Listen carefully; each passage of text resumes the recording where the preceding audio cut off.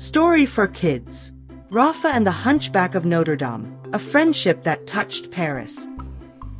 Rafa had always been curious about old stories, but nothing could have prepared him for the adventure he was about to experience. During a school trip to Paris, while the group explored the famous Notre Dame cathedral, Rafa got separated from his classmates.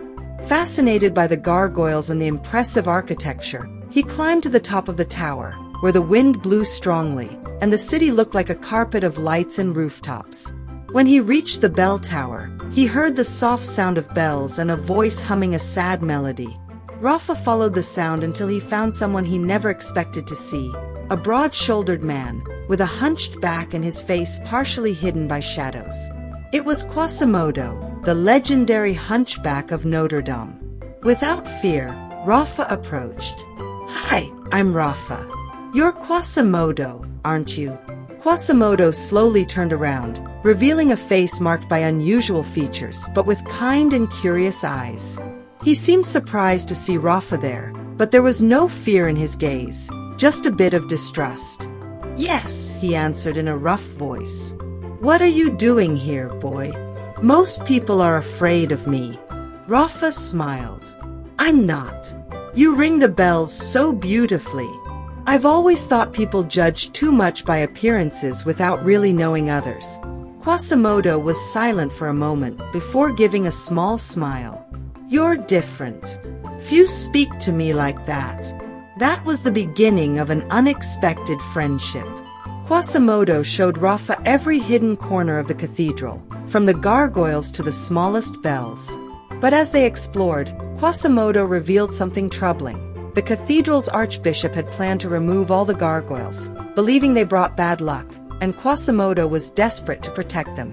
"The gargoyles are more than just stones," Quasimodo explained. "They guard the history of the cathedral, and they're my family." Rafa felt his friend's pain. "Then let's stop this together. We can't let something so important be destroyed." They came up with a plan. Quasimodo would ring the bells in a special way to draw the city's attention, while Rafa would go down to the square and gather people to show them the value of the gargoyles and of Quasimodo himself. The next morning, Quasimodo began ringing a powerful, unique melody. The bells echoed throughout Paris, drawing the attention of the people. Rafa, with his contagious energy, started telling the curious crowd that gathered in front of the cathedral about the history of the gargoyles and how they had protected the city from evil spirits for centuries. "Those gargoyles aren't just stone," Rafa told the crowd. "They are the soul of the cathedral. And the man who cares for them, Quasimodo, is a silent hero who keeps Notre Dame's history alive." People began to understand the importance of the gargoyles and Quasimodo. When the archbishop arrived to order their removal, he was surprised to see the entire city defending the preservation of the cathedral and its symbols. "These gargoyles will stay where they belong," shouted one of the locals. "And Quasimodo deserves respect for his role here."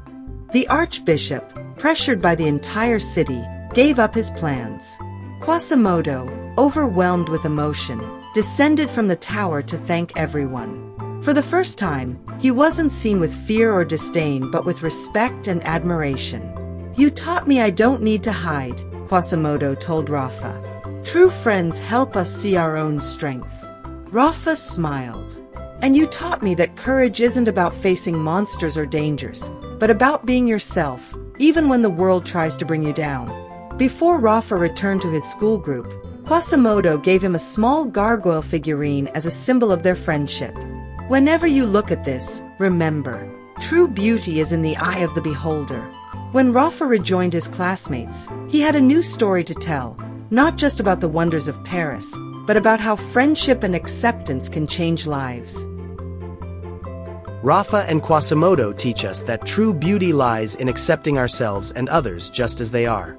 When we overcome prejudice and open our hearts, we find friendships that transform us and help us see the world with more empathy and courage. That was our story for today. Want to hear more awesome adventures?